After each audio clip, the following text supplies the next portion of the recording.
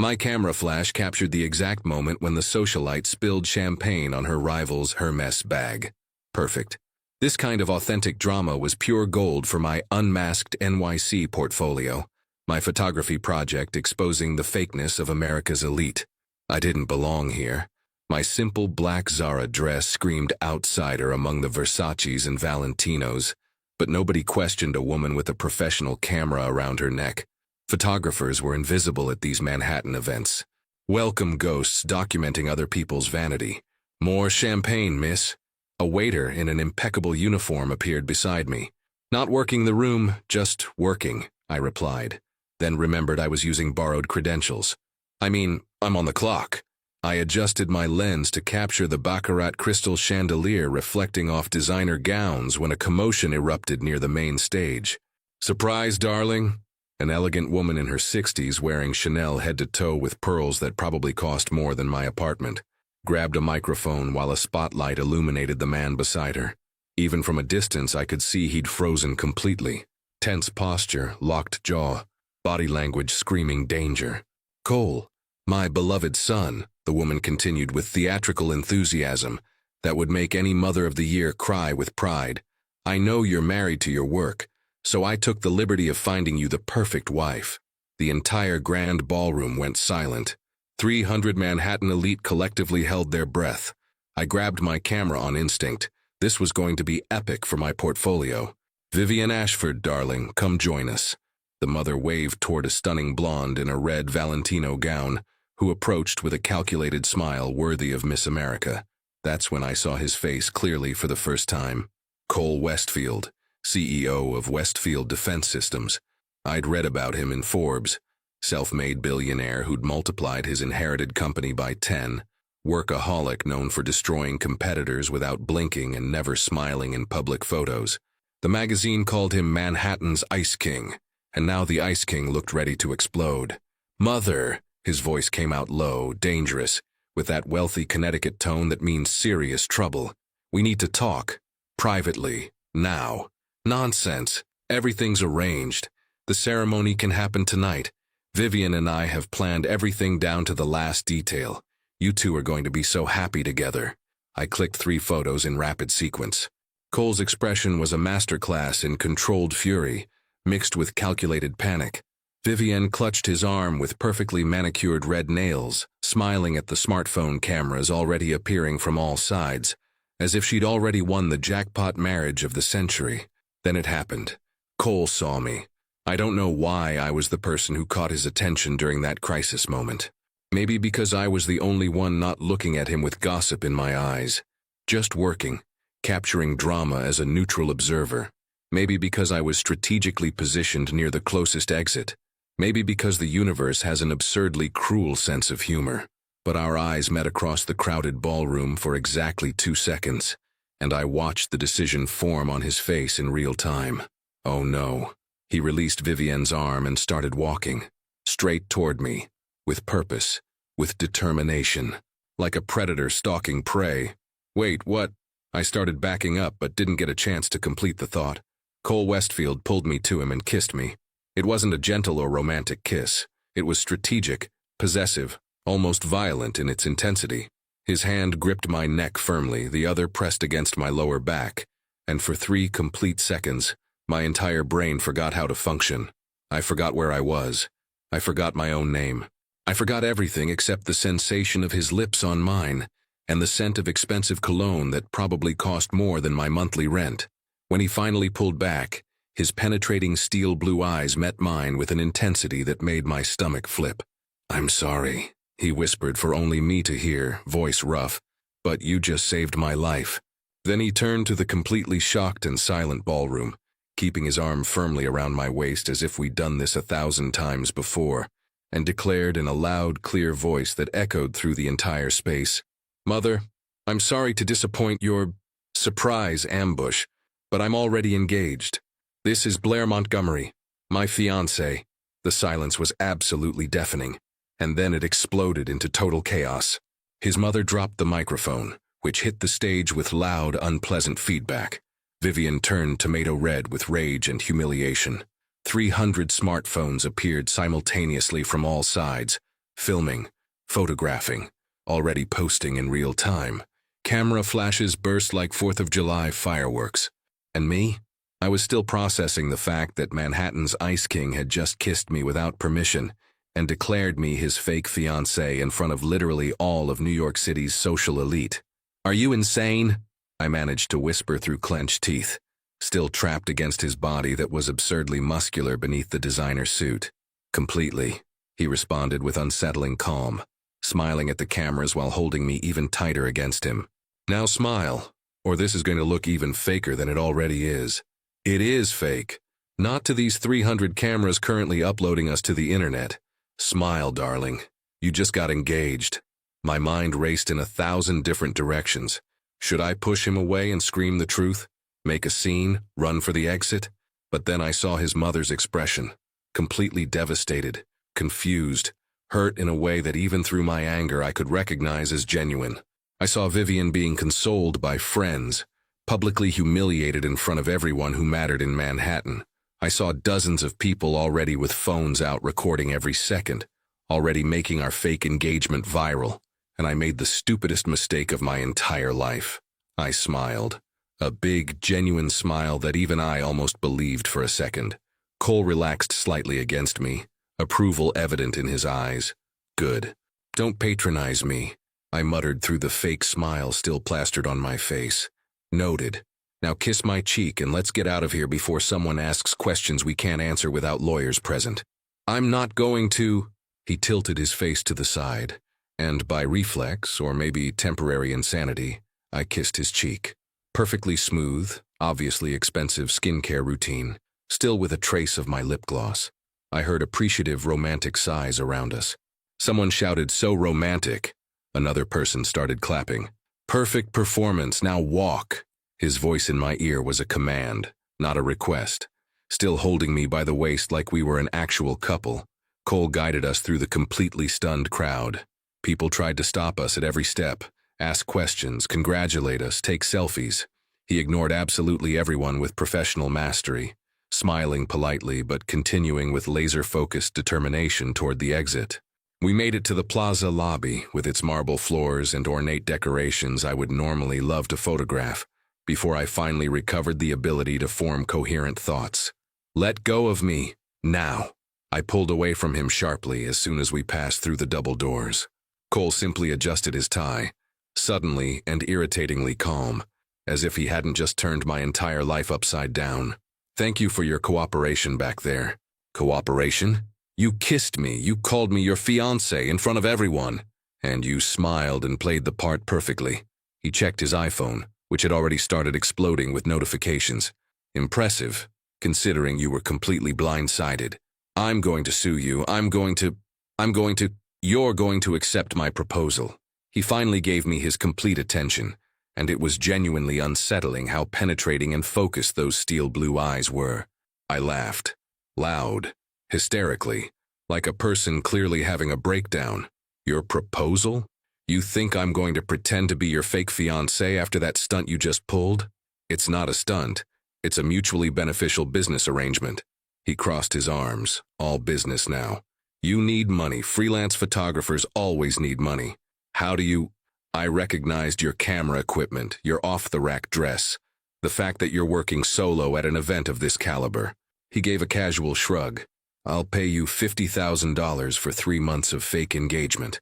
Occasional public appearances, some social media posts. Simple transaction." 50? I choked on air. "You think you can just buy me?" "I'm not buying you. I'm hiring an actress for a temporary role." He checked his watch. "Look, it's already on social media." He turned the iPhone screen toward me. "Cole Westfield secretly engaged. Manhattan's most eligible bachelor off the market. Who is Blair Montgomery? Mystery woman captures billionaire's heart." My photo, was on the homepage of Page 6, TMZ, Daily Mail. The kiss was being shared by literally thousands of people in real time. "Oh no, oh no, no, no, no, no. Oh yes is the phrase you're looking for." Cole calmly pocketed the iPhone. "This is already public. Viral, actually. You have 2 options. Deny it and make me look either crazy or cheated on. causing a PR nightmare that will tank my company's stock and permanently stain your name with association to scandal. Or you cooperate for 3 months, make a substantial amount of money, and we both walk away clean when we announce an amicable breakup. He extended his hand. Professional. Business transaction. So, do we have a deal? I looked at that hand. Perfectly manicured. Obviously expensive hand cream. Offering a literal fortune for a temporary lie. Every instinct I had screamed to refuse. To slap him. To expose the entire farce immediately. But $50,000 would pay my overdue rent for 6 months. My new camera equipment I desperately needed. My creative freedom for an entire year. And it was just pretending. For 3 months. A few photos. A few events. What could possibly go wrong? 100,000. I heard my own voice say, surprising even myself. And 4 months. Something passed across his face. Respect? Amusement? Impossible to tell. 75, 3.5 months. 90, 4 months or no deal. 80, 3 months and 3 weeks. Final offer. I bit my lip. It was more money than I made in 2 years of freelance work. Contract in writing, lawyers present, everything legal and binding. Obviously. And you never, ever kiss me without warning again. His lips curved into something that almost resembled a smile. Small. Dangerous. Unless it's for the cameras, of course. Unless it's for the cameras. I agreed reluctantly. I shook his hand, firmly, sealing my fate. Pleasure doing business with you, fiancé, Cole said, still holding my hand. Pleasure is a strong word, I replied. I literally don't even know who you are beyond arrogant billionaire number 47. 47? Lost count after 30. You guys are all the same. This time he definitely smiled. Small. Predatory. Trust me, Blair Montgomery. You're about to discover very quickly that I'm nothing like anyone else. 3 hours later, I was sitting in a law office in Midtown Manhattan, in a leather chair that probably cost more than my entire apartment, signing a 20-page contract that basically sold my private life for the next 3 months and 3 weeks.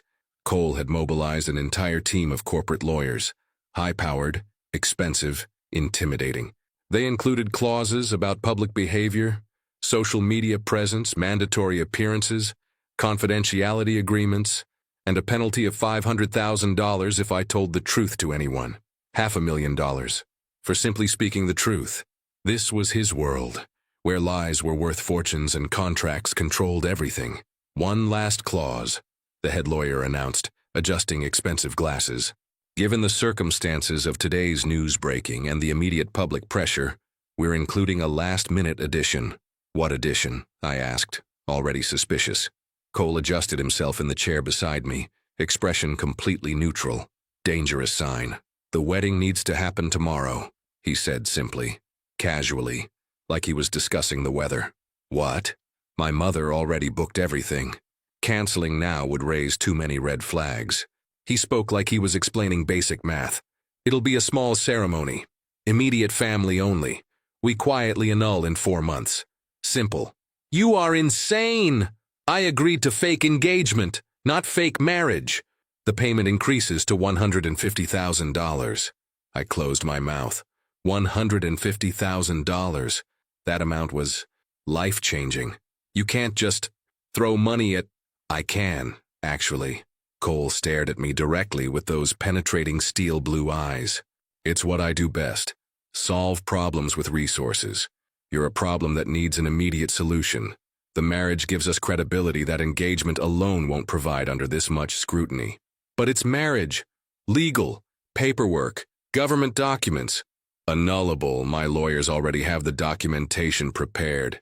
He slid another thick contract across the polished table. Everything legal. Everything temporary. Everything extremely profitable for you. I looked at the paper. At him. At the lawyers who'd clearly seen this type of situation 1,000 times with rich clients. This was insanity. Fake marriage? With a man I met literally 3 hours ago? Who kissed me without permission and turned my entire life upside down. 200,000. I heard my voice say, surprising even myself for the second time that night. The lawyers exchanged nervous glances. Cole, however, didn't blink. 175. Final. Take it or leave it. It was almost double what I made in 3 years of freelance work. It was freedom. It was security. It was complete madness. I need the night to think about. You have 30 seconds. Cole checked his watch. Press is already hunting you down. Your family will start calling soon if they haven't already. Every minute that passes makes this lie harder to maintain or undo. So decide now, Blair. $175,000 for 4 months of maintaining a facade, or walk away and deal with the PR nightmare that will follow you forever. He was right, and I hated it. I was already on the homepage of 3 major gossip websites. My Instagram had gained 5,000 followers in the last 2 hours. My mom had called 7 times. My dad, 3. There was no way back. Only forward. Straight into this insanity. I picked up the expensive pen the lawyer offered. My hand trembled slightly. If you make me look stupid, I'll expose everything, I warned, meeting his eyes. I don't care about the penalty. I will destroy your reputation. Noted. He extended his hand for the 3rd time that night. Do we have a deal, future Mrs. Westfield? I looked at that hand, at those cold, calculating steel blue eyes, at the man who had turned my life completely upside down with one impulsive kiss, and I shook his hand, sealing my fate. We have a deal. Future husband. Something passed across his face, too quick to identify. Then that professional mask returned. Excellent. Wedding is tomorrow at 3 p.m. I'll send a car for you at noon. Wear something appropriate. Appropriate for a fake wedding or a real wedding? For a wedding that needs to appear completely real. He stood up, adjusting his impeccable suit. Welcome to the Westfield family, Blair. You're going to hate every second of it. I already do, I muttered. He laughed. Brief. Genuine. Unsettling. Perfect. Then we're starting off on the right foot. And he walked out of the law office, leaving me alone with signed contracts, silent lawyers, and the growing certainty that I'd just committed the biggest mistake of my entire life. I woke up to my phone vibrating like it was having a seizure. 43 missed calls. 117 text messages. My Instagram had exploded to 20,000 followers overnight. Twitter was a dumpster fire of speculation about Manhattan's mystery bride. And in exactly 3 hours, I was supposed to marry a man whose last name I'd only learned yesterday. This is fine, I told my reflection in the bathroom mirror. This is totally, completely, absolutely fine. My reflection disagreed. Dark circles under my eyes, hair resembling a bird's nest. The expression of someone who'd made catastrophically bad life decisions. My phone buzzed again. Mom. For the 9th time this morning. I finally answered. Hi, Mom. Blair Catherine Montgomery. Her voice could shatter glass.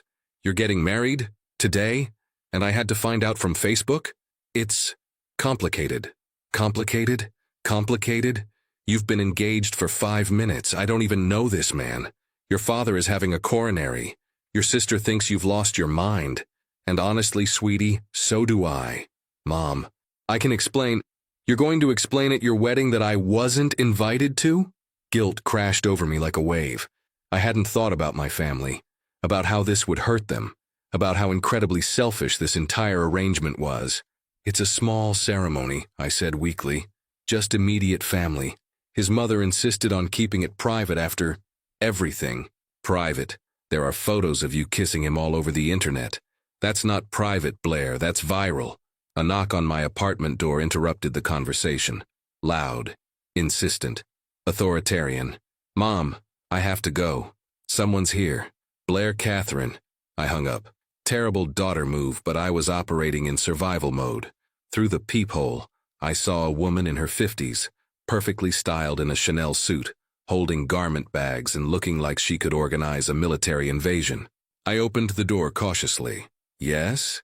Miss Montgomery, I'm Patricia Hartwell, Mr. Westfield's personal assistant. She pushed past me into my modest apartment like she owned it. I'm here to ensure you're prepared for the ceremony.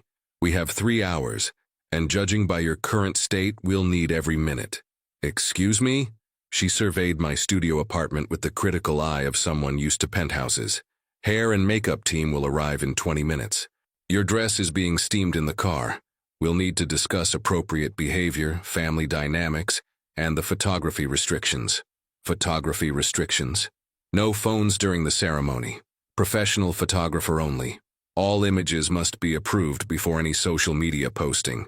She pulled out an iPad, all business. Now, let's discuss the Westfield family. Cole's mother, Catherine, is formidable. His father passed away 5 years ago. He has one sister, Madison, who lives in Los Angeles and will not be attending due to a film shoot. My head spun. Wait, There's also the matter of your living arrangements post-ceremony. Patricia didn't pause. You'll be moving into Mr. Westfield's penthouse today. Movers will pack your belongings this afternoon. What? It's in the contract you signed. Cohabitation for the duration of the arrangement, necessary for maintaining the illusion. She finally looked up from the iPad. You did read the contract, didn't you? I had. Sort of. The parts about money, anyway. The rest had been legal jargon at 11 p.m. after the most insane day of my life. This is happening too fast, I managed. Mr. Westfield doesn't do slow, Miss Montgomery. He does efficient. Patricia's expression softened slightly. Look, I've worked for Cole for 8 years. He's demanding, intense, and absolutely ruthless in business. But he honors his contracts. You'll be compensated extremely well for your performance. Performance, right? Because that's all this was. A transaction. 2 hours later, private estate, Greenwich, Connecticut. The car Cole sent wasn't just a car. It was a Mercedes S-Class with a driver who'd clearly signed NDAs and didn't speak the entire 90-minute drive to Connecticut. Patricia had transformed me. The dress was Vera Wang. Simple, elegant, ivory silk that probably cost more than my rent. My hair was styled in loose waves. Makeup was natural but flawless. I looked like I belonged in Cole's world. I looked like a complete fraud. The estate was massive. Georgian architecture, manicured grounds. The kind of old money that didn't need to show off because everyone already knew. Cole's mother, Catherine Westfield, waited at the entrance. She looked exactly like the woman from the plaza, elegant, wealthy, and currently radiating disappointment that could freeze hell. So you're real. Her first words to me. Not hello, not welcome, just assessment. I'm real, I confirmed, though I felt anything but. My son has made many impulsive decisions in his life. This is by far the most reckless. Her eyes raked over me, cataloging every flaw. You're not what I envisioned for him. To be fair, neither did I. A flicker of something crossed her face. Amusement? Respect? At least you're honest. That's more than most women who chase my son's fortune. I'm not chasing anything. I'm just trying to survive this day. This time she definitely almost smiled. You might be more interesting than you look. Come, we have a wedding to execute. Execute. Perfect word choice. The ceremony. Private garden, 20 people. That was it. Cole's family, a few close business associates. My parents who'd been hastily invited at the last minute and looked completely shell-shocked. And a very confused officiant who kept glancing at Cole like he couldn't believe Manhattan's Ice King was actually getting married. I stood at the end of a rose-lined aisle, Patricia adjusting my dress one final time. Remember, she whispered, smile, maintain eye contact, and for the love of everything, do not look terrified. I am terrified. Then fake it. That's what you're being paid for. Cello music started. My cue. I walked down the aisle alone. No father to give me away because this wasn't real, and involving him more than necessary felt cruel. And then I saw Cole. He stood at the altar in a Tom Ford tuxedo that probably cost more than my car, looking like he'd stepped out of a GQ photo shoot. Steel blue eyes tracked my every step, expression unreadable, posture perfect. He was absolutely, devastatingly handsome, and I was about to marry him. This was insane. When I reached the altar, he extended his hand. I took it. His grip was firm, warm, steadying. You look beautiful, he whispered, so quietly only I could hear. You look rich, I whispered back. His lips twitched, almost a smile. The officiant began. Dearly beloved, we are gathered here today. I stopped listening. My brain couldn't process that this was happening. Fake wedding, real ceremony, legal documents, actual marriage. If anyone has reason why these two should not be wed, speak now or forever hold your peace. Silence. Though I saw Catherine shift slightly, like she was considering speaking. Cole Westfield, do you take Blair Montgomery to be your lawfully wedded wife? I do. His voice was steady, confident, completely convincing. Blair Montgomery, do you take Cole Westfield to be your lawfully wedged husband? This was it. Last chance to run, to expose the lie, to save myself. But I looked at Cole, at his steady gaze, at the contract we'd made, at the $175,000 that would change my life. I do. By the power vested in me by the state of Connecticut, I now pronounce you husband and wife. You may kiss the bride. Cole pulled me to him with practiced ease. The kiss was soft, brief, appropriate for the audience. But there was something in it. A spark, a promise, a warning. When he pulled back, his eyes held mine. "Welcome to the performance, Mrs. Westfield." Applause erupted around us, cameras flashed. My mother was crying. His mother looked like she was planning my murder. And I was married. Actually, legally, binding married. To a man I'd known for less than 24 hours. The reception, 2 hours later. The reception was held in the estate's grand ballroom. 50 more guests had been added.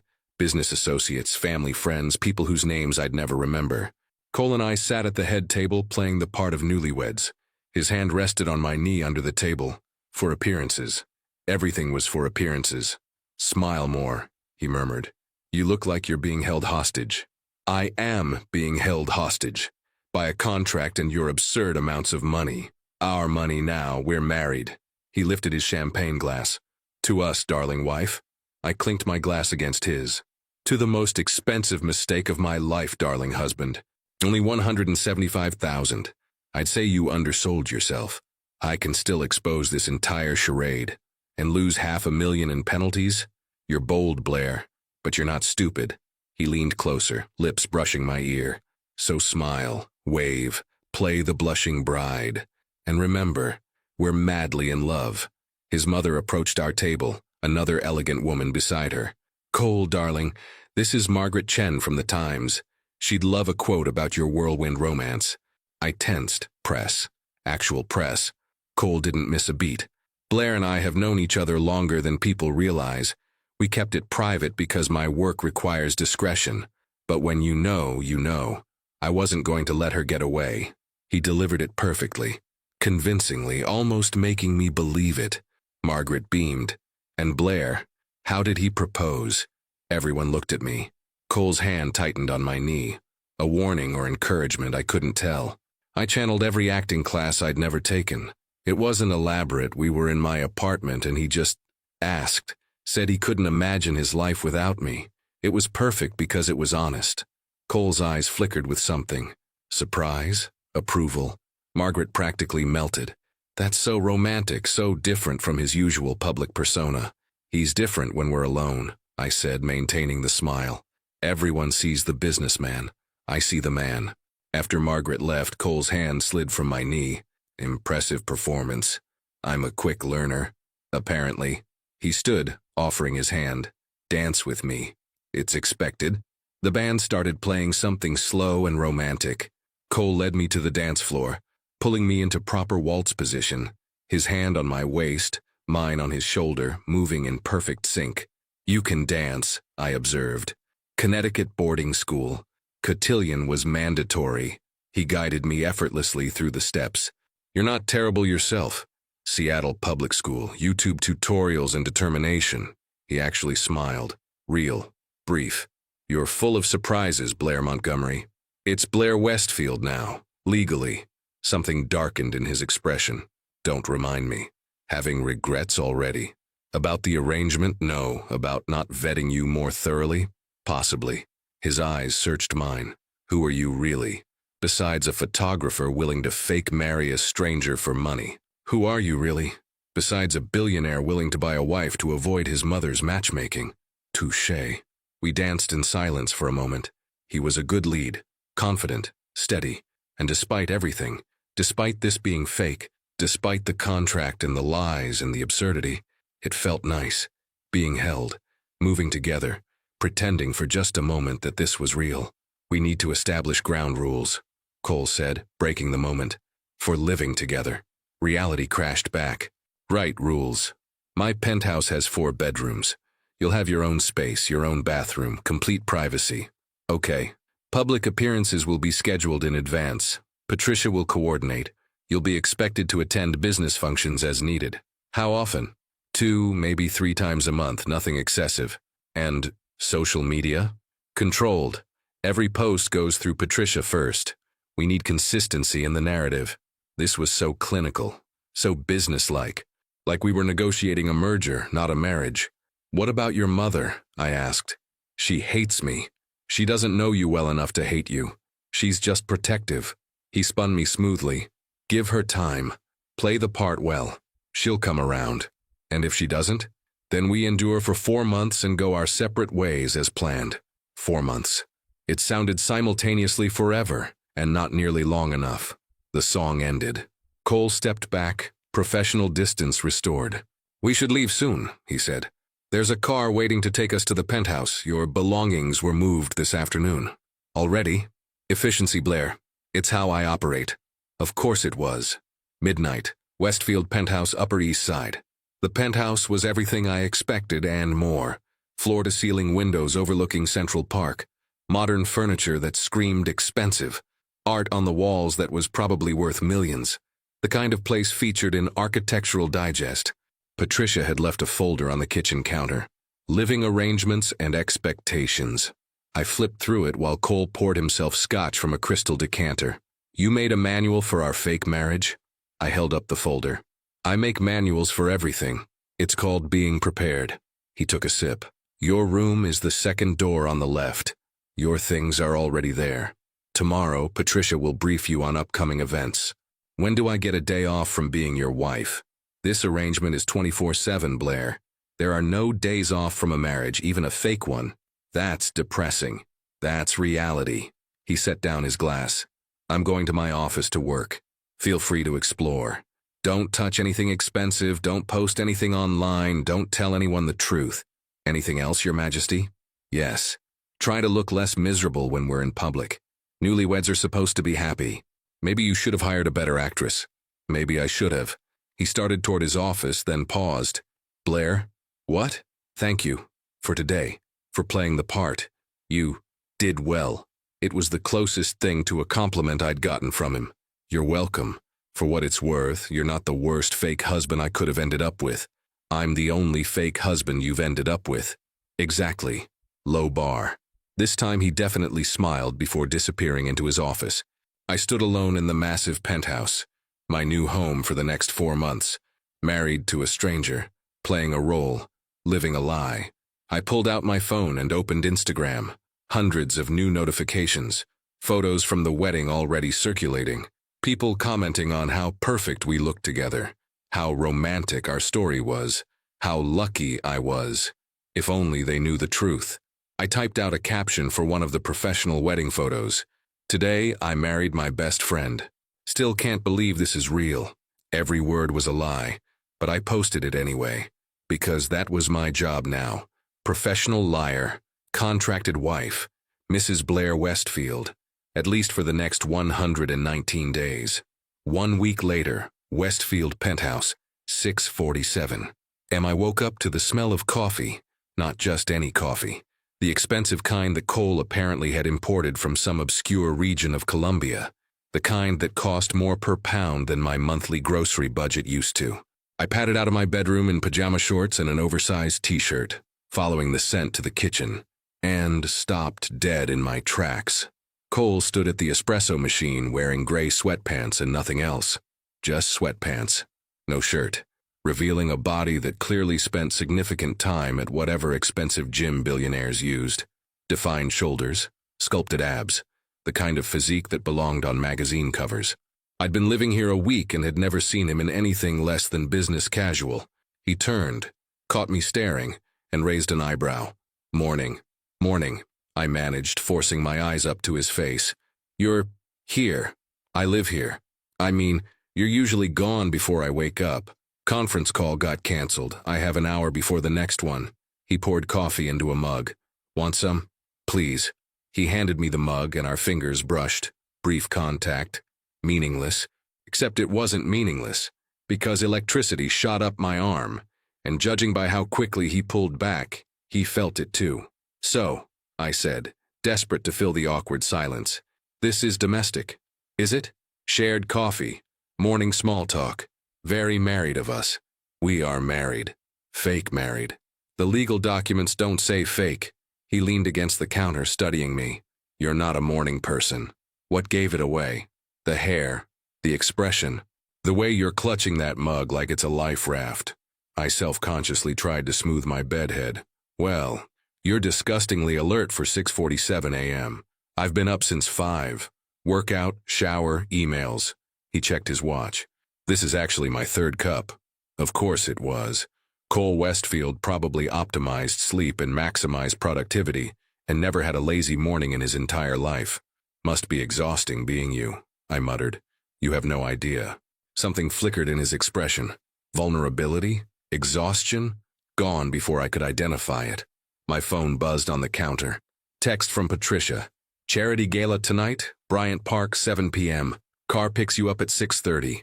Dress is being delivered at noon. Hair makeup team arrives at 4. We have an event tonight, I told Cole. I know. Cancer research benefit. High-profile donors. Lots of press. He refilled his coffee. Wear the diamond necklace I left in your room. It'll photograph well. You left me diamonds? It's a loner, don't get attached. He started toward his office, then paused. Blair? Yeah. Try to look like you actually like me tonight. Last week's business dinner, you looked ready to murder me through the entire appetizer course. That's because you criticized my table manners. I suggested using the correct fork for salad isn't criticism. It's basic etiquette. It's pretentious. It's appropriate for the setting. He crossed his arms, and I forced myself not to look at his chest. We're supposed to be newlyweds madly in love, not adversaries tolerating each other. Maybe that's what marriage is. Not the kind we're selling. He moved closer. So tonight, smile more. Touch my arm occasionally. Laugh at my jokes even when they're not funny. Convince everyone you're desperately in love with me. That's a big ask. That's what you're being paid for. His steel blue eyes held mine. Think you can manage it? I lifted my chin. I've been managing it all week. Barely. Better than you. You look constipated every time you have to hold my hand. His lips twitched. Almost a smile. Constipated? Pained. Uncomfortable. Like physical contact with me causes you actual suffering. It doesn't cause suffering. Then what does it cause? He studied me for a long moment. Too long. Like he was trying to figure out a puzzle. Complications. Before I could ask what that meant, he disappeared into his office, leaving me alone with expensive coffee, morning confusion, and the lingering image of Cole Westfield shirtless in sweatpants. This arrangement was supposed to be simple. It was becoming anything but. That afternoon, Westfield Penthouse, 4:15 p.m. The hair and makeup team had transformed me into someone I barely recognized. Elegant updo, smoky eyes, red lips, the kind of glamorous that belonged on red carpets. The dress Patricia selected was stunning. Midnight blue marchesa with intricate beading that caught the light. It hugged every curve I had and suggested a few I didn't. And the diamond necklace Cole mentioned? Absolutely breathtaking. Probably worth more than my entire existence. I stood in front of the full-length mirror, turning slightly. You look beautiful. I spun around. Cole stood in the doorway, wearing a Tom Ford tuxedo that should be illegal. Hair perfectly styled. Cufflinks that probably cost thousands. Looking like he'd stepped out of a James Bond film. You look... I searched for words. Acceptable. Acceptable? His eyebrow arched. Fine. You look criminally handsome. Happy? Criminally handsome? He stepped into the room. That's quite an upgrade from acceptable. Don't let it go to your head. Too late. He circled me slowly, appraising. The dress is perfect. The necklace works. You'll photograph well. Is that all you think about? How things photograph? In my world, perception is reality. He stopped in front of me. And tonight, we need to perceive as a couple completely obsessed with each other. Obsessed is a strong word. So is married. Yet here we are. He offered his arm. Ready to perform, Mrs. Westfield? I took his arm. Ready as I'll ever be, Mr. Westfield. Bryant Park, Cancer Research Benefit Gala, 7:45 p.m. The gala was Manhattan elite at its finest. Celebrities, politicians, billionaires all gathered under elegant white tents strung with thousands of fairy lights. Ice sculptures, champagne towers, a live orchestra playing classical music, and photographers. Everywhere. Cole's hand rested on my lower back as we navigated through the crowd. possessive, proprietary, for show. "Cole, darling," a woman in her 60s wearing enough jewelry to fund a small country approached us. "You must introduce me to your lovely bride. Margaret, this is my wife, Blair. Blair Margaret Ashford. Ashford, as in Vivian Ashford's mother, the woman Cole was supposed to marry. This was about to be awkward. "How lovely to meet you," Margaret said, though her smile was ice. "Such a surprise, the wedding, so sudden. When you know, you know," Cole replied smoothly, pulling me closer. "Indeed, though I must say Vivian was quite devastated. She thought she and Cole had an understanding. No understanding existed," Cole said firmly. "That was entirely manufactured by our mothers without my knowledge or consent. Still, the public humiliation was unfortunate but unavoidable." His voice held an edge. "I'm married to Blair now, happily. I'd appreciate if we could move past this." Margaret's eyes narrowed. "Of course. Congratulations to you both." She drifted away, radiating disapproval. "Well," I said quietly, "she hates me. She hates that her daughter didn't land a billionaire. It's not personal. Feels personal." Cole turned me to face him, hands on my waist. To anyone watching, it looked intimate, romantic. "Forget her. Focus on me. Narcissist much? Practical much?" His eyes searched mine. "We're being photographed right now, at least 3 cameras. So smile. Look at me like I'm the only person in this room." I tried, but looking at Cole like he was the only person in the room wasn't hard. Because standing this close, his hands on my waist, his eyes locked on mine, I could almost forget this was fake. Could almost believe we were real newlyweds at a gala, lost in each other. "Better," he murmured. "That's the look we need." "What look?" "Like you're falling for me." My breath caught. "I'm not." "I know, but you look like you could be. That's all that matters." He pulled me toward the dance floor. "Dance with me." "Again?" "We're newlyweds. We're supposed to be inseparable." The orchestra was playing something slow. Cole pulled me close, closer than strictly necessary. One hand on my waist, the other holding mine, moving in perfect rhythm. "You're a good dancer," I admitted. "You've mentioned that before. Worth repeating. You're not terrible yourself. For someone who learned from YouTube." We moved together and it felt natural, easy, like our bodies understood each other even when we didn't. "Cole?" A man's voice interrupted. We stopped. A distinguished man in his 50s approached. Silver hair, expensive suit, calculating eyes. "Richard." Cole's entire demeanor changed. Tense, guarded. "Congratulations on the marriage. Very unexpected." Richard's eyes raked over me. "Your father would be surprised." "My father isn't here." "No, but if he were, I wonder what he'd think about you marrying someone so different from what he envisioned." "My father's opinions died with him." Cole's voice was cold.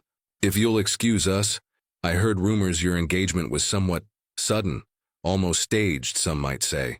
My heart stopped. Did he know? "Rumors are for people with too much time and too little substance," Cole replied smoothly. "Blair and I kept our relationship private for personal reasons. The timing was our choice." "Of course." Richard smiled, but it didn't reach his eyes. "Still, one wonders about a marriage that happens within 24 hours of a public proposal. It's almost suspicious." "Are you implying something, Richard?" "Just making conversation." He nodded to me. "Lovely to meet you, Mrs. Westfield. I hope your marriage is everything you both expect it to be." He walked away, leaving tension in his wake. "Who was that?" I whispered. "Richard Blackwood. He runs a competing security firm. He's also the person who's been trying to sabotage my company for the last 3 years." Cole's jaw was tight. "And he suspects something." "How can you tell?" "Because Richard doesn't make small talk. He's fishing, testing." He pulled me back into the dance, but the ease was gone. "We need to be more convincing. If he suspects this is fake, he'll dig. And if he finds proof, the contract has penalties." "Forget the penalties. If this gets out, my company's stock tanks. Investors lose faith. Everything I've built collapses." His eyes were intense. "So we need to be perfect, Blair. Flawlessly convincing. Starting now." "What do you want me to do?" He pulled me impossibly closer. "Kiss me." "What?" "We're newlyweds on a dance floor and I just told you something intense. You should kiss me. It's what a real wife would do." My heart hammered. "Cole, for the cameras. For Richard who's watching from the bar. For everyone who might suspect." His hand cupped my face. Please. The please got me. I stretched up and kissed him. It was supposed to be brief, for show, quick and meaningless. But the moment our lips met, something shifted. Cole's hand tightened on my waist. His other hand slid into my hair, careful of the styling but possessive. The kiss deepened, intensified, became something far beyond performance. My hands found his chest. His heart raced beneath my palms as fast as mine. When we finally broke apart, we were both breathing hard. That was, he started. For show. I finished quickly. Just for show. Right. For show. But his eyes said something different. The rest of the gala passed in a blur. We smiled, we mingled, we played the perfect couple, and every time Cole touched my arm, my waist, my hand, I remembered that kiss. The kiss that was supposed to mean nothing, but felt like everything. Midnight, returning to the penthouse. We rode the elevator up in silence. The evening's performance was over. We could drop the act, except neither of us did. Cole still stood close.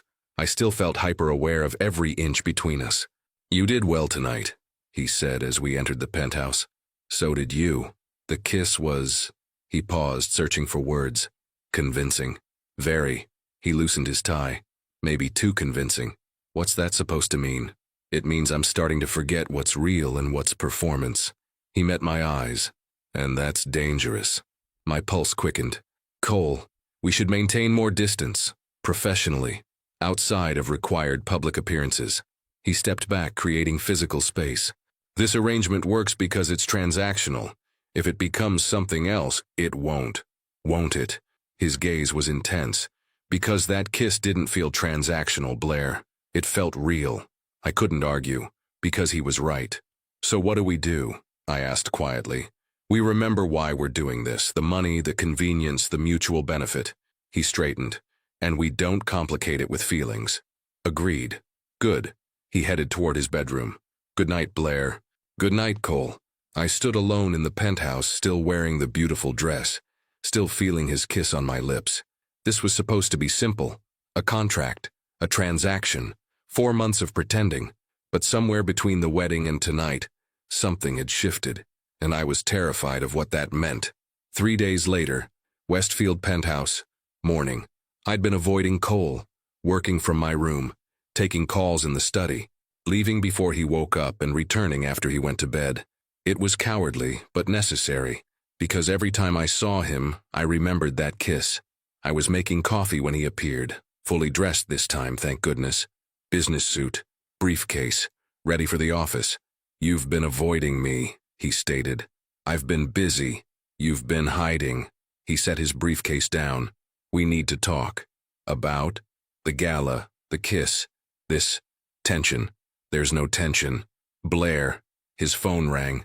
He glanced at the screen and his entire expression changed. I need to take this, he answered, walking toward the windows. Catherine, what's wrong? His mother. Calling at 7 a.m. That couldn't be good. When? His voice was sharp. How bad? I watched his posture shift, from controlled to concerned to something close to panic. I'll be there in 20 minutes. He ended the call and grabbed his briefcase. I have to go. What happened? My mother collapsed this morning. She's at Presbyterian Hospital. He was already moving toward the door. Is she okay? I don't know. They're running tests. He paused at the door, looking back at me. You should probably come. Why? Because you're my wife. Real or not, that's what wives do. His eyes held mine. Please. It wasn't a command. It was a request. Maybe even a plea. Give me 5 minutes to change. Relief flickered across his face. Thank you. Presbyterian Hospital. 1 hour later, Catherine Westfield looked small in the hospital bed. Pale. Vulnerable. Nothing like the formidable woman who judged me at the wedding. Cole sat beside her, holding her hand. His expression was carefully neutral, but I could see the fear underneath. Stop fussing, Catherine told him weakly. I'm fine. You collapsed. That's not fine. I got dizzy. It happens.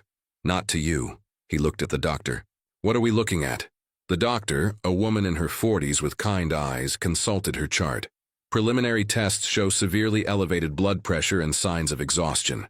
Has she been under unusual stress lately? Cole's jaw tightened. You could say that. Catherine sighed. Cole, you've been planning weddings. dealing with family drama, and apparently not sleeping or eating properly. He looked at her seriously. This is my fault. Don't be ridiculous. I am being ridiculous. I caused this stress with my impulsive decision. He glanced at me, then back to his mother. I'm sorry. I don't want your apologies. I want you to be happy. Catherine's eyes found mine. Both of you. I moved closer to the bed. Mrs. Westfield. Catherine, we're family now. She studied me. You came. Of course. Most women would have stayed away. Let Cole handle family drama alone. Something softened in her expression. But you're here. Where else would I be? Cole's eyes met mine across the bed. Something passed between us, understanding, gratitude, something deeper. I may have been wrong about you, Catherine said quietly. When you look at my son, it's not the way someone looks at a business arrangement. My heart stopped. Could she tell? Mother, Cole started. Let me finish. Catherine squeezed his hand. I wanted you married for the wrong reasons. Business alliances, social climbing. But watching you two, maybe you found something real, even if it started unconventionally. The irony was devastating. She thought we were real, and the guilt of lying to this woman who was sick because of our lie crashed over me. Get some rest, Cole told his mother. I'll stay until you're discharged. You have work. Work can wait, you can't. After Catherine fell asleep, Cole and I sat in the waiting room, silent, processing. Thank you, he finally said, for coming. You asked me to. I know, but you didn't have to. He looked exhausted, vulnerable in a way I'd never seen. She was right, though. Most people would have stayed away. I'm not most people. No, you're not. His eyes held mine. You're becoming something I didn't expect. What's that? Important. The word hung between us. Heavy, dangerous. Cole, I know it's complicated. It shouldn't matter. This is temporary. He ran his hands through his hair. But somewhere between the contract and the performances and the pretending, I started forgetting we were acting. My breath caught. So did I. That's a problem. A big one. We sat in silence, the truth settling around us. This wasn't fake anymore. At least not for us. But we were locked in a contract, a lie, an arrangement that had to end in 4 months. And feelings, real, growing, terrifying feelings, were about to complicate everything. 2 weeks later, Westfield Penthouse, 10:47 p.m. Catherine had recovered fully and was back to her usual formidable self. Life had returned to our carefully scheduled routine of public appearances, separate bedrooms, and maintaining professional distance. Except distance was becoming impossible. I was editing photos in the living room when Cole came home from whatever late meeting kept him at the office until nearly 11. He looked exhausted. Tie loosened, jacket slung over his shoulder, hair slightly mussed from running his hands through it. You're still up, he observed. Deadline for a client. Gallery opening next month. I gestured to my laptop. Urban landscapes. My actual job that I've been neglecting while playing fake wife. He crossed to the bar, poured scotch. Want one? I don't drink scotch. Tonight you might want to. He poured a second glass anyway, brought it to me. Richard Blackwood is investigating us. My stomach dropped. What?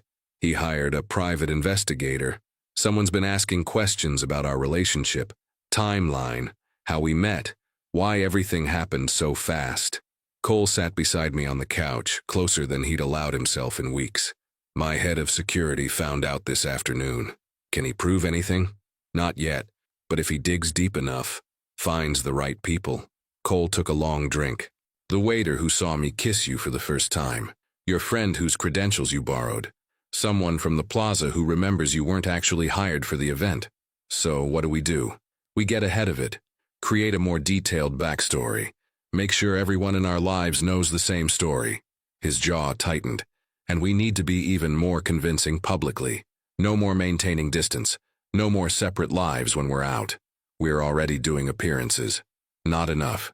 We need to look obsessed, inseparable, desperately in love. He met my eyes.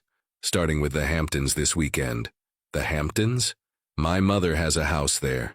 She's hosting her annual charity polo match. Very public, very social. All the people Richard would ask are attending. He hesitated. We'd need to stay the weekend, together, in the same room. My heart raced. The same room? The guest house only has 1 bedroom. If we request separate rooms, it raises questions. His expression was carefully neutral. We can handle one weekend, right? I thought about the last 2 weeks. How hard it had been to maintain distance. How every accidental touch sent electricity through me. How I found excuses to be in whatever room he occupied. One weekend, in the same room, pretending to be desperately in love. Right, I agreed, not feeling right about it at all. Friday evening, the Hamptons, Westfield Estate. Catherine's house was a 12-bedroom mansion on 3 acres of oceanfront property. The kind of casual wealth that called a mansion a cottage. Cole's hand rested on my lower back as we walked up the drive, luggage handled by staff. The performance had already begun. "Cole, Blair." Catherine appeared on the veranda, looking healthy and radiant. "You're finally here. Come, everyone's on the terrace." Everyone turned out to be 30 of Manhattan's elite, and unfortunately Richard Blackwood. Cole, Blair. Richard's smile was sharp. How domestic. A couple's weekend in the Hamptons. "Richard." Cole's arm tightened around my waist. "Didn't expect to see you here. Your mother and I serve on several charity boards together." She was kind enough to extend an invitation. His eyes assessed us. "You two seem well. Marriage suits you." "It does," Cole replied smoothly. "Best decision I ever made. Impulsive, though. Some might say suspiciously impulsive. When you find the right person, why wait?" I interjected, leaning into Cole. "We knew what we wanted." "How romantic." Richard's tone suggested he found it anything but. "You must tell me the story of how you met. I'm fascinated by modern love stories." Cole and I had rehearsed this multiple times, but under Richard's scrutinizing gaze, I felt the pressure. "We met at a gallery opening," I said, 6 months ago. I was photographing the event and Cole was there for a client. We started talking about art and I couldn't let her leave without getting her number," Cole finished. "She made me work for it, though. Took 3 attempts before she agreed to dinner. I don't date billionaires as a rule," I added. "They're usually insufferable.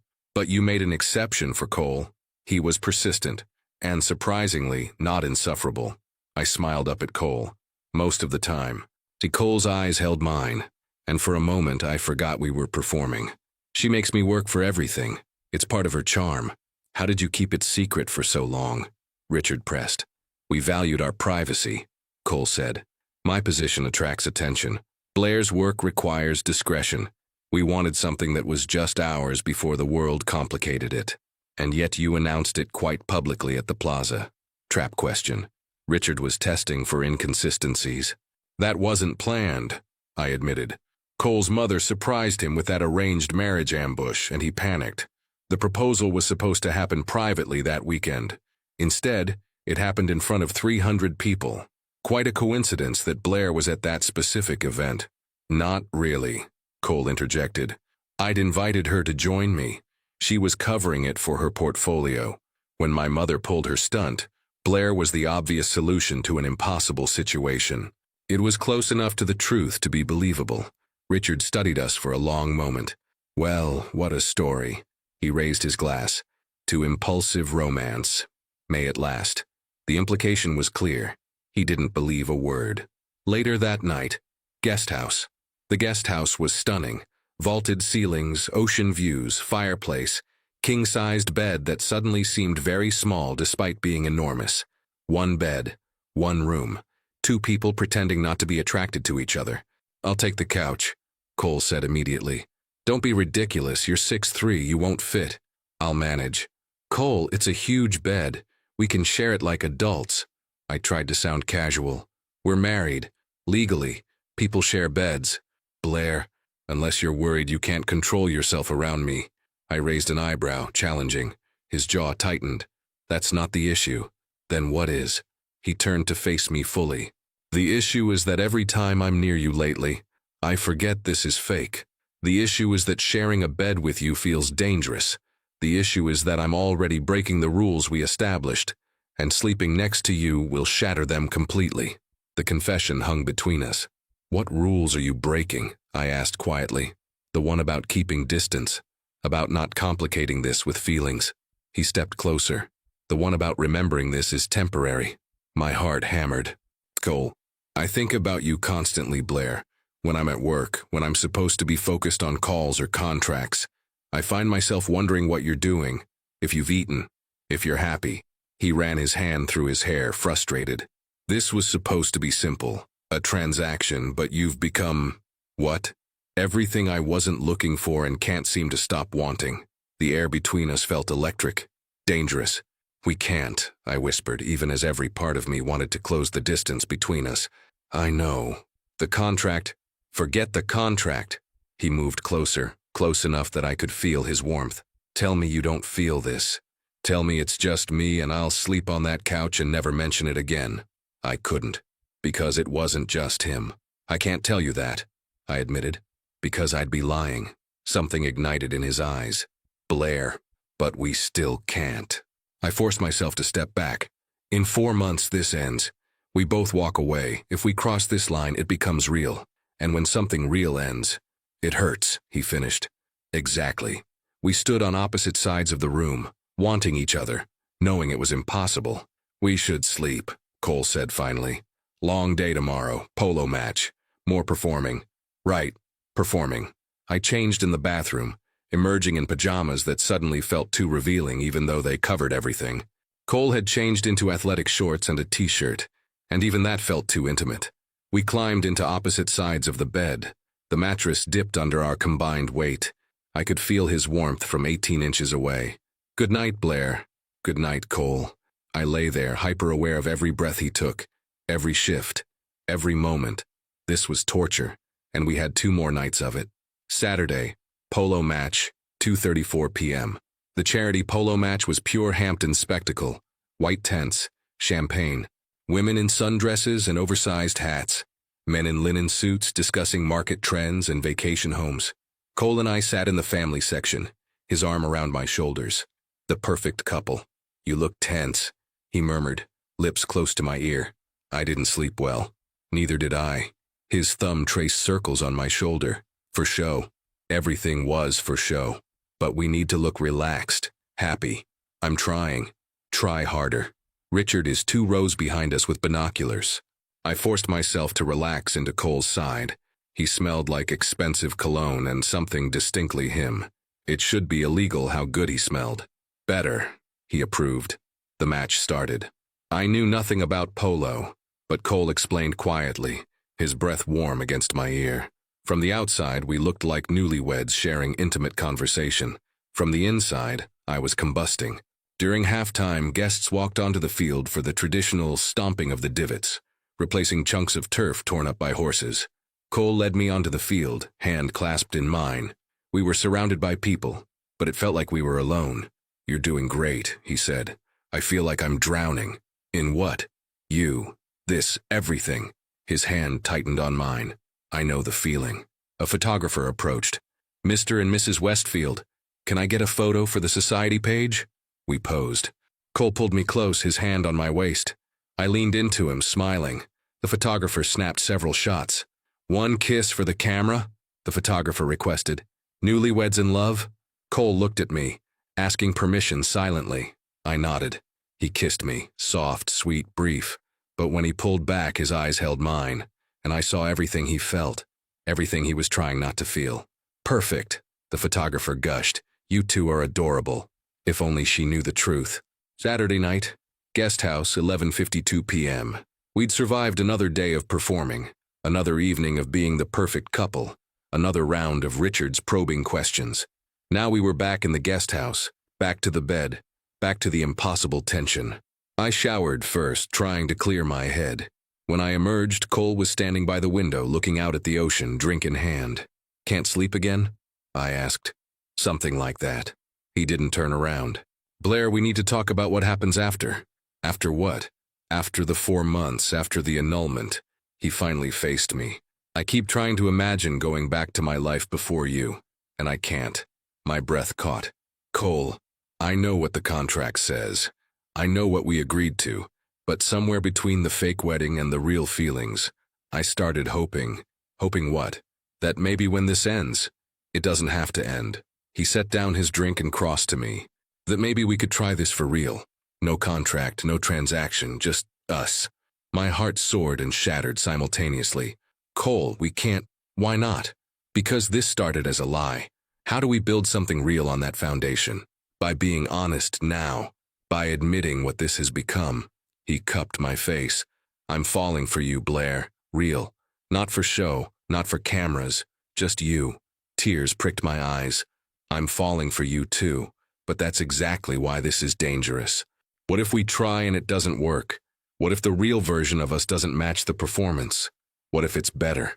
What if it's worse?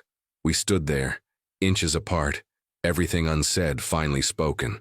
I don't have answers, Cole admitted. All I know is that I don't want to let you go in 4 months. I don't want to go back to my life before you existed in it. And I'm willing to risk everything to see if this could be real. Everything? Everything. The word hung between us. A promise. A threat. A possibility. We still have 2 months left on the contract, I whispered. I know. We should wait. See if this is real or just proximity and pretending. Probably wise. But you're not good at wise, are you? Not when it comes to you. His thumb traced my lower lip. Tell me to stop, Blair. Tell me this is a mistake. Tell me you don't want this. I couldn't. Because I did want this. Desperately. We're breaking all the rules, I breathed. Every single one. This could destroy everything. Or save it. He kissed me, not for cameras, not for show, not for anyone but us. This kiss was different. Honest. Raw. Full of everything we'd been holding back. My hands found his shirt, pulling him closer. His arms wrapped around me, holding me like I was precious. Like I mattered. We stumbled backward toward the bed, never breaking the kiss. My back hit the mattress. Cole followed, hovering over me. Blair, he whispered against my lips. Are you sure? No, but I'm doing it anyway. That might be the most honest thing you've ever said. Shut up and kiss me. He did. And for the first time since this arrangement began, nothing was fake. Everything was real. Terrifyingly, beautifully, complicatedly real. Sunday morning, guest house 723. I woke up wrapped in Cole's arms. Sunlight streamed through the windows. Ocean breeze rustled the curtains. And reality crashed down. We'd crossed the line, shattered every rule, complicated everything. Cole stirred, eyes opening. For a moment he just looked at me, then smiled. Real, genuine, unguarded. Morning, he murmured. Morning. I didn't move. Didn't want to break this moment. Regrets? He asked quietly. Hundreds. You? None. Liar. Okay, maybe one, that we didn't do this sooner. He pressed a kiss to my forehead. But mostly I'm just grateful we did it at all. We've made this so much more complicated. I know. Your mother. The contract. Richard investigating. The fact that we started this as a complete lie. I know. Cole, this could blow up spectacularly. Probably will. He pulled me closer. But right now, in this moment, I don't care.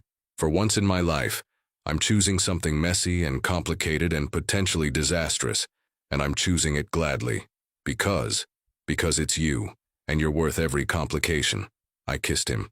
Soft, sweet, real. Whatever happened next, whatever complications arose, we'd face them. Together, for real this time. Sunday afternoon, returning to Manhattan. The drive back was quiet. Cole held my hand the entire way. No performance, just connection. My phone buzzed. Text from an unknown number. I opened it. My blood ran cold. It was a photo of Cole and me from 6 months ago, except we'd only known each other for 3 weeks. The image was clearly doctored, but expertly done. Below it, interesting how 2 people who met 6 months ago have 0 digital footprint together until 3 weeks ago. Someone's lying, and I'm going to prove it. R.B. Richard Blackwood. Cole. I handed him the phone. His expression darkened. He's escalating. What do we do? We fight back. He made a call. Patricia, emergency. I need you to mobilize our legal team.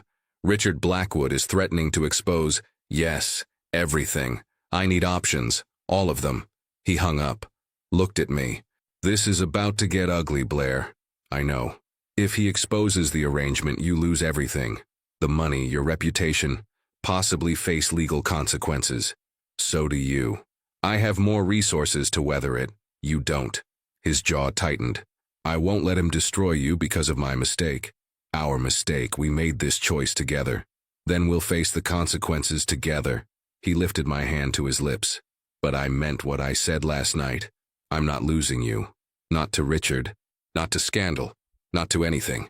Dramatic much? Only when it matters. And you, Blair Westfield, matter more than anything. My phone buzzed again. Another text. TikTok. Tell the truth or I will. You have 48 hours. RB. 48 hours. 2 days to decide. Confess the lie ourselves or let Richard expose us.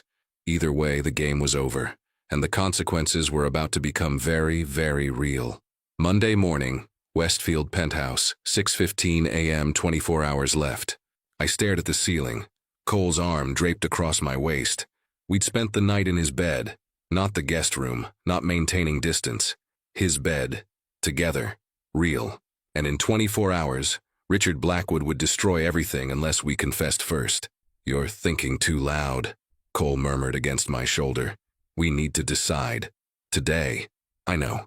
He pulled me closer. Patricia's setting up an emergency meeting. Legal team, PR team, crisis management. This is really happening.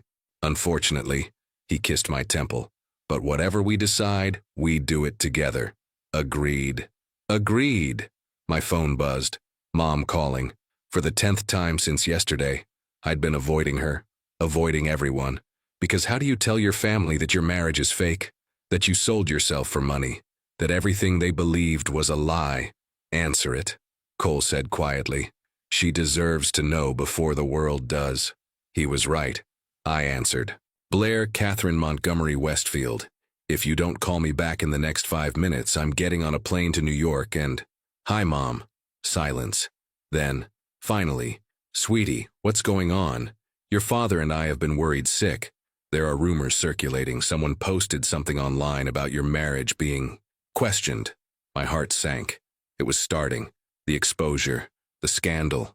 Mom, I need to tell you something, and you're not going to like it. Cole sat up, supporting my back with his presence. The marriage, it started as an arrangement. A business deal. Cole needed to avoid his mother's matchmaking, and I needed money. We signed a contract. It was supposed to be temporary. The silence on the other end was deafening. Mom, you sold yourself? Her voice cracked. Blair, how could you? I know it was stupid, desperate, wrong. Tears stung my eyes. But Mom, it changed. Somewhere along the way, it became real. The feelings became real. I love him. Cole's hand found mine, squeezing. You love him, Mom repeated flatly. The man you married for money. How convenient. It's not convenient. It's complicated and messy and about to blow up in our faces. But it's real, Mom. I swear it's real now. Does he love you? I looked at Cole. He hadn't said it. Neither had I.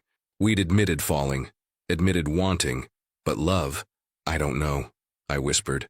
Then you need to figure that out. Before whatever explosion is coming destroys you both. Mom's voice softened. Blair, I'm disappointed, hurt that you lied to us, but I'm your mother. I love you no matter what, even when you make catastrophically stupid decisions. Thanks, Mom. Call me after you fix this mess. And Blair, if he doesn't love you back, come home, we'll figure it out. She hung up. I sat there, phone in hand, everything crashing down. She's right, Cole said quietly. We need to figure out what this is. Really? What do you mean? He stood, pacing to the windows. When we go public with the truth, either voluntarily or by exposure, everyone will ask if we're staying together, if the marriage continues, if we're real, or just damage control. And I need to know the answer before I face those questions. He turned to face me. Blair, what do you want? When this is over, when the scandal settles, when we're not bound by contracts or threats, what do you want? The question I'd been avoiding. I want you, I admitted. Real, not fake, not for show, just us. Even if it means scandal, even if people think you're a gold digger who fell for the mark, even if your reputation is shredded, even then, something in his expression cracked open. Relief, joy, fear. I love you, he said. Simply, directly. I didn't plan to, didn't want to, but I love you, Blair. Real, messy, complicated. All of it. My breath caught. Cole, you don't have to say it back. I know this is fast. I know we started wrong. But I need you to know before everything explodes. I love you. And whatever happens next, that's real. I crossed to him, cupping his face. I love you too. Desperately. Terrifyingly, completely. He kissed me deep, passionate, like he was memorizing the moment, because in 24 hours everything might end. Monday afternoon, Sullivan Security Headquarters, 2:47 p.m. The conference room was filled with lawyers, PR specialists, and very serious people discussing very serious consequences. Patricia pulled up Richard's evidence on the screen. He has the timeline discrepancy. Photos showing you two had no social media interaction before 3 weeks ago. Statements from Plaza staff that Blair wasn't on the official photographer list. The waiter who witnessed the first kiss. How bad is it? Cole asked. Bad. Not ironclad, but enough to create reasonable doubt. Media will run with it, stock will be affected. Legal challenges could arise regarding the validity of the marriage. Penalties? I asked.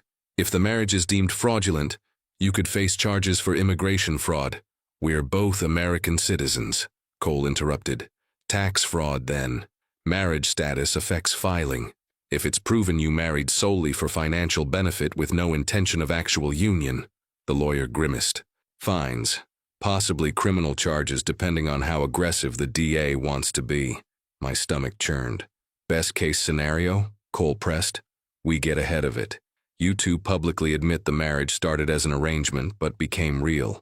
You're staying together. It's a romantic redemption story instead of a scandal. Patricia pulled up a mock press release. We control the narrative. Worst case, Richard exposes you. Media frenzy. Your company's credibility tanks. Blair becomes the villain who trapped a billionaire. Legal consequences. Public humiliation. Patricia didn't sugarcoat it. It would be ugly. Cole's jaw tightened. And if we confess first, you take the power away from Richard. You own the story. Yes, there will be criticism. Yes, some consequences, but you're the ones telling the truth, not defending against accusations. What's the timeline? I asked. Richard's deadline is tomorrow morning. If we're going to move first, we need to do it tonight. Press conference, full disclosure, prepared statement. Patricia looked between us. But it only works if you're completely united. If you're actually staying together. Any crack in that foundation and the whole thing collapses. Cole reached for my hand under the table. We're united. Are you? Patricia's eyes were sharp. Because this isn't a contract anymore. This is your real lives. Your real futures. Can you honestly say you're committed to making this marriage work? For real. I looked at Cole. He looked at me. Yes, we said simultaneously. Then we moved tonight. Patricia started typing. Press conference at 7 p.m. I'll contact major outlets. You'll need to prepare statements. Be ready for hard questions. They'll want details. How much detail? I asked. Everything. How you met at the plaza, the contract, the money. Why you did it. When it changed. Why you're staying together. She looked sympathetic. It's going to be invasive and uncomfortable, but it's the only way. Cole squeezed my hand. We can do this. I wasn't sure if he was telling me or himself. Monday evening, 6:47 p.m., 13 minutes before press conference. I stood in the bathroom of Cole's office staring at my reflection. Hair and makeup professionally done. Navy dress that said trustworthy. Heels I could barely walk in. In 13 minutes I would walk out and confess to the world that I'd married a billionaire for money. The bathroom door opened. Cole entered, looking devastating in a charcoal suit. You're not supposed to be in here, I said weakly. It's my private bathroom. I'll go where I want. He stood behind me, meeting my eyes in the mirror. You okay? Terrified. Me too. You're never terrified. I'm terrified of losing you. His hands rested on my shoulders. That's scarier than any press conference. What if people hate us? Some will. Probably most will at first. He turned me to face him. But we'll face it together. And eventually they'll see what I see.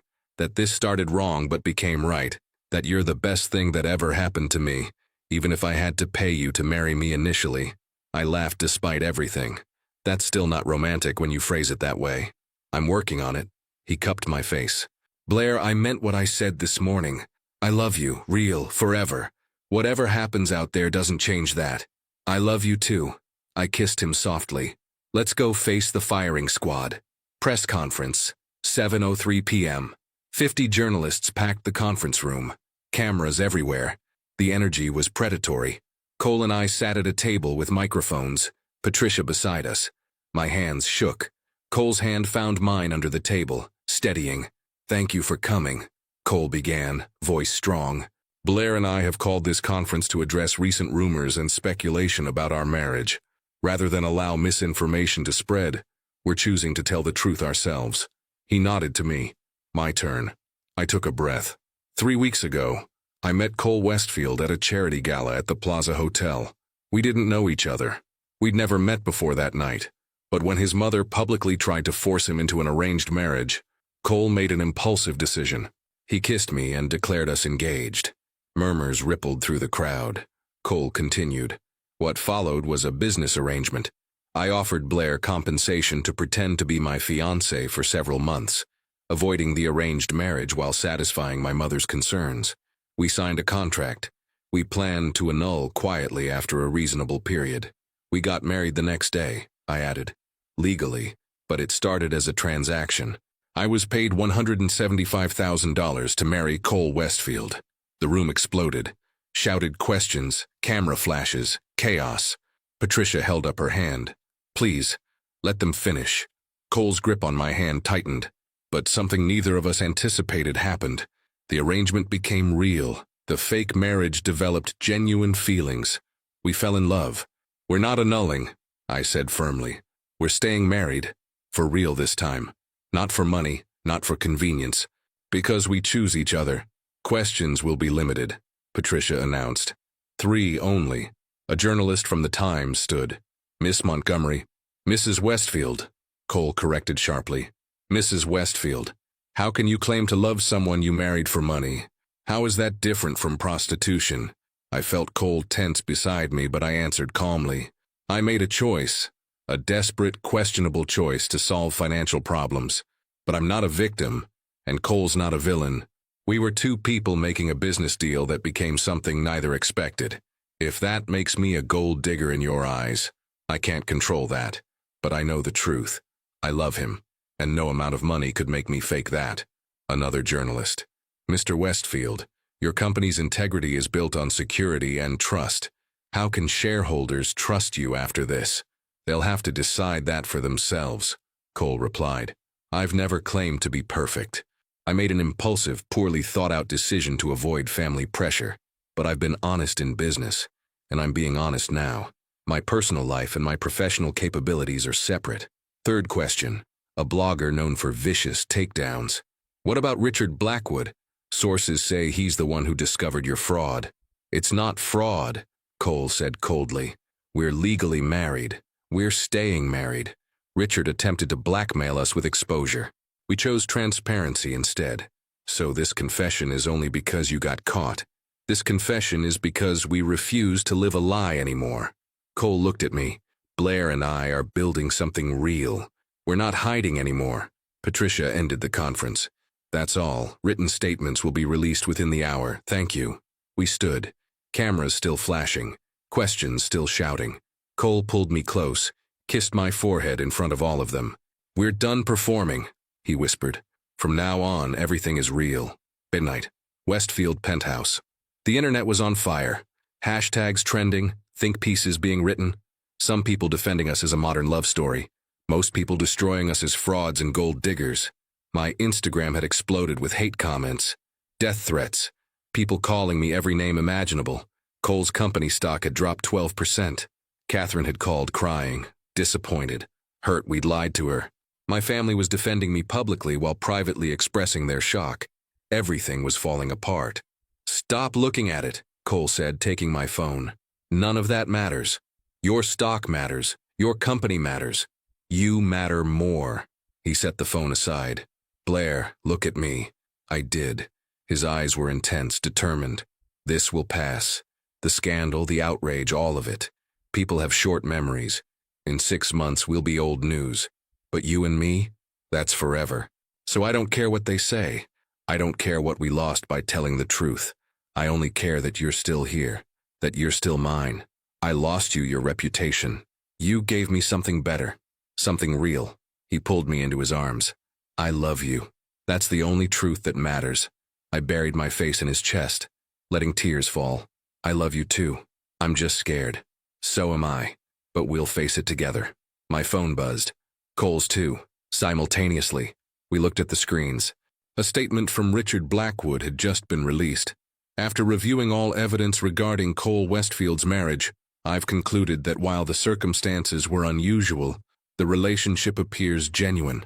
I withdraw all allegations and apologize for any distress caused. Sometimes love doesn't follow conventional paths. I wish them well.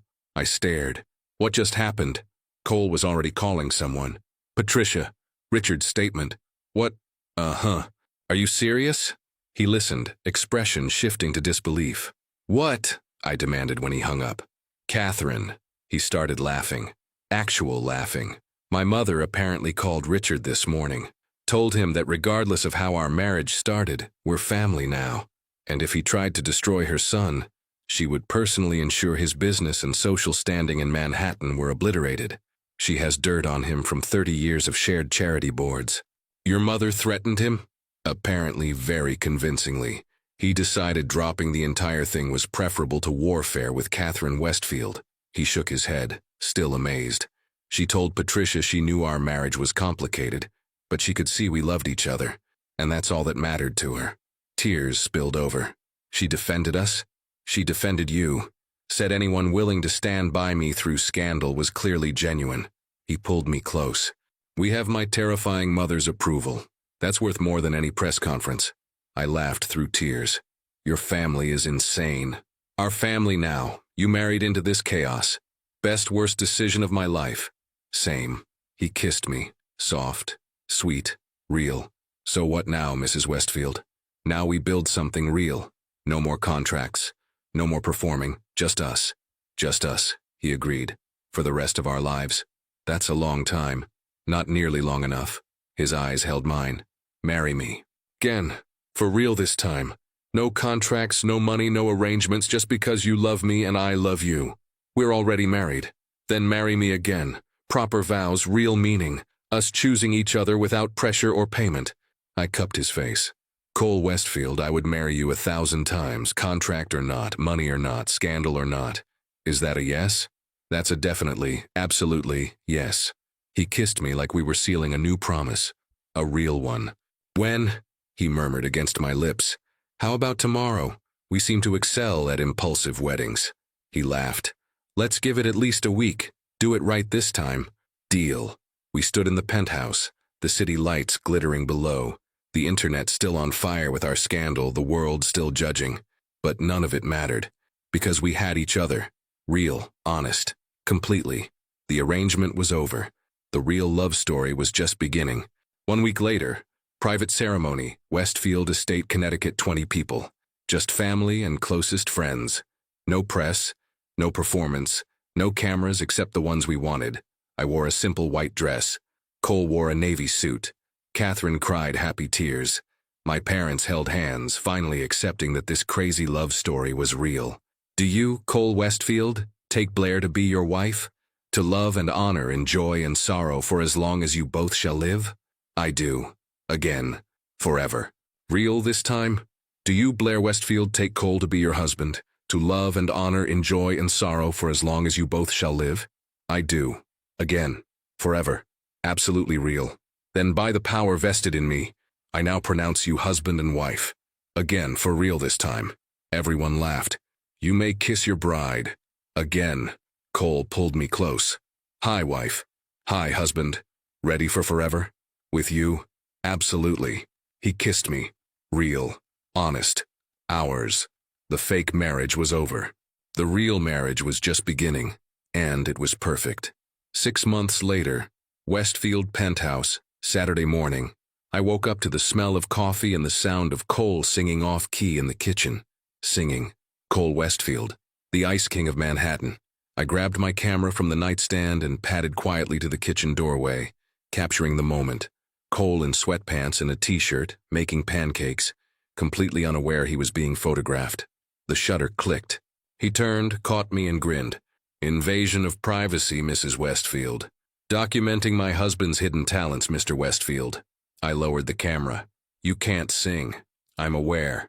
But you love me anyway. Unfortunately true. He crossed to me, kissed me thoroughly. Good morning. Good morning.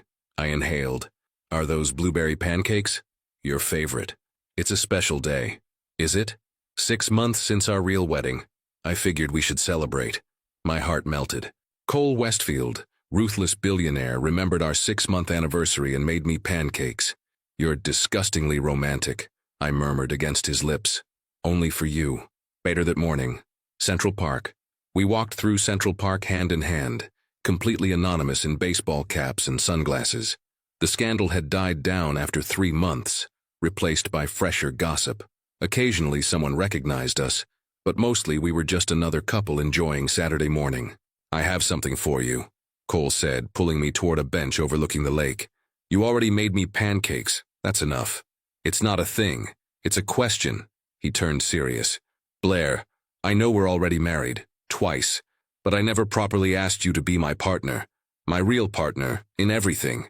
Cole, we're already... Let me finish. He pulled out a document. I want to make you co-owner of Westfield Security. Equal partner. Not just my wife, but my business partner. Building something together? I stared at the papers. Cole, that's your company, your father's legacy. And I want it to be ours. Our legacy. Our future. His eyes held mine. You've already changed my life. Let's change the business world together. What do you say? Tears pricked my eyes. You're serious. Completely. You have vision, creativity, perspective I lack. Together we could build something revolutionary. He smiled. Plus, you'd look hot in board meetings. I laughed through tears. That's the worst business pitch ever. But is it working? Yes, you ridiculous man, yes. He kissed me, sealing another promise.